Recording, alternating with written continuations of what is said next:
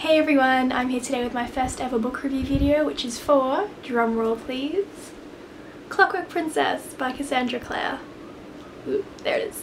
Clockwork Princess is the third and final book in the Infernal Devices trilogy by Cassandra Clare. While I'm going to avoid spoilers for this book, there will be spoilers for the other two books in the series.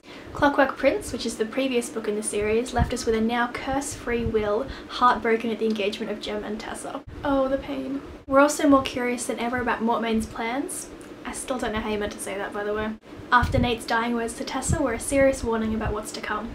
Clockwork Princess follows Jem, Tessa and Will and the other residents of the London Institute as they work on two equally desperate missions. To find a cure for Jem's quickly deteriorating health, and discover Mortmain's plot before he destroys the Shadowhunters and the world they work to protect. Overall, I really did enjoy this book, which was kind of surprising to me. I have a love-hate relationship with Cassie's writing, and all the issues I found in her past works did crop up again here. I don't understand why it seems she can't write a well-rounded character without putting them into a romantic relationship. It kind of takes some of the fun out of it because you're introduced to a new character and you're not thinking, I wonder what's going on and what are their motivations and what is their character like. You're just thinking, I wonder who they're going to hook up with. And most of the time you can figure it out because there's only one other single character. I get that these stories are at their heart about humanity and all the ways that we both love and hurt each other, but I wish you could find a way to demonstrate that didn't necessarily need a romantic relationship. We do get some of that with Will and Jem, which is great, I just wish that was more prominent. I also find that she uses the same descriptions over and over again. The first time you hear it, it's great because it's usually a wonderful turn of phrase, but for probably the 20th time she's told me that there are green hills in Wales, Cecily has black hair, and that people smell of sweat and blood, I get really sick of it. It stops being a wonderful literary device and just pulls me right out of the story.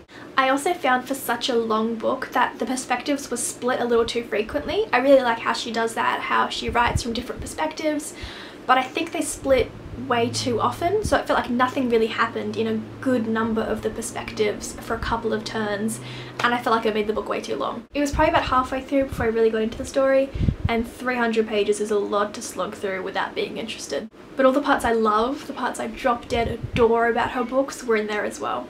I love the way she writes strong female characters. I love the way she can write the redemption of a truly despicable character and have me really believe it.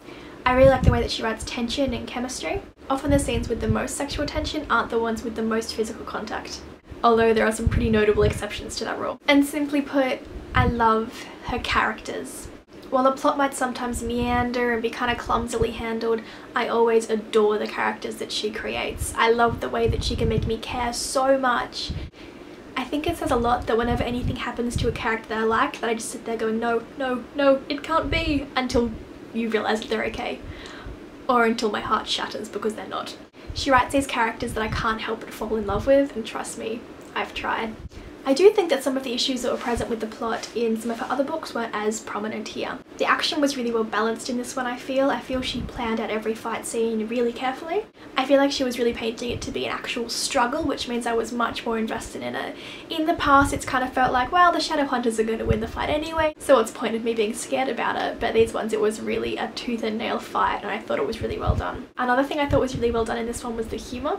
I know you expect that from a couple of characters like Will and Jem and their relationship, but there were some pretty unexpected ones. Henry and Sophie were actually my favourite comic characters in this one, which sounds so strange, but the humour was just injected perfectly into these really tense situations, and I really felt like it broke the book up well. There was this one line of Henry's and I actually laughed out loud, and that happens so rarely to me in books that it was such a good surprise. By and by, it was mostly a pretty unpredictable book. I went in having no idea how she'd solve the problems, and the whole way through she still kept me guessing. There was sort of one plot point which I had a theory about which turned out to be correct, but I think if I hadn't picked up on all the clues in her blogs, there's no way I would have guessed it, so I was still really happy with it. So while it took me a little while to get into the plot, once I was really involved in it, I thought it was wonderful all the way through.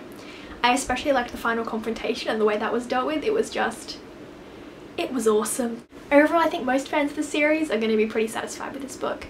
I know Cassie's had some backlash on Tumblr about the end of the book, but honestly I think she handled it as best she could, and I really feel like we got closure, which tends to be so rare. So yeah, that's pretty much it. In conclusion, well done Cassie. I think she's really written a book that fans are going to enjoy and that wrapped up a series really well. I don't tend to do star ratings, but if I had to, I'd probably give it about a 4 out of 5. I mean, it's not a phenomenal book, but it feels like it was so much better developed than her previous works that I have to give her some props for it. Let me know in the comments if you've read Clockwork Princess and how you felt it measured up with the rest of the books in the series. Alright, thanks for watching! Bye! Excuse my pigtails by the way, but it's really hot today.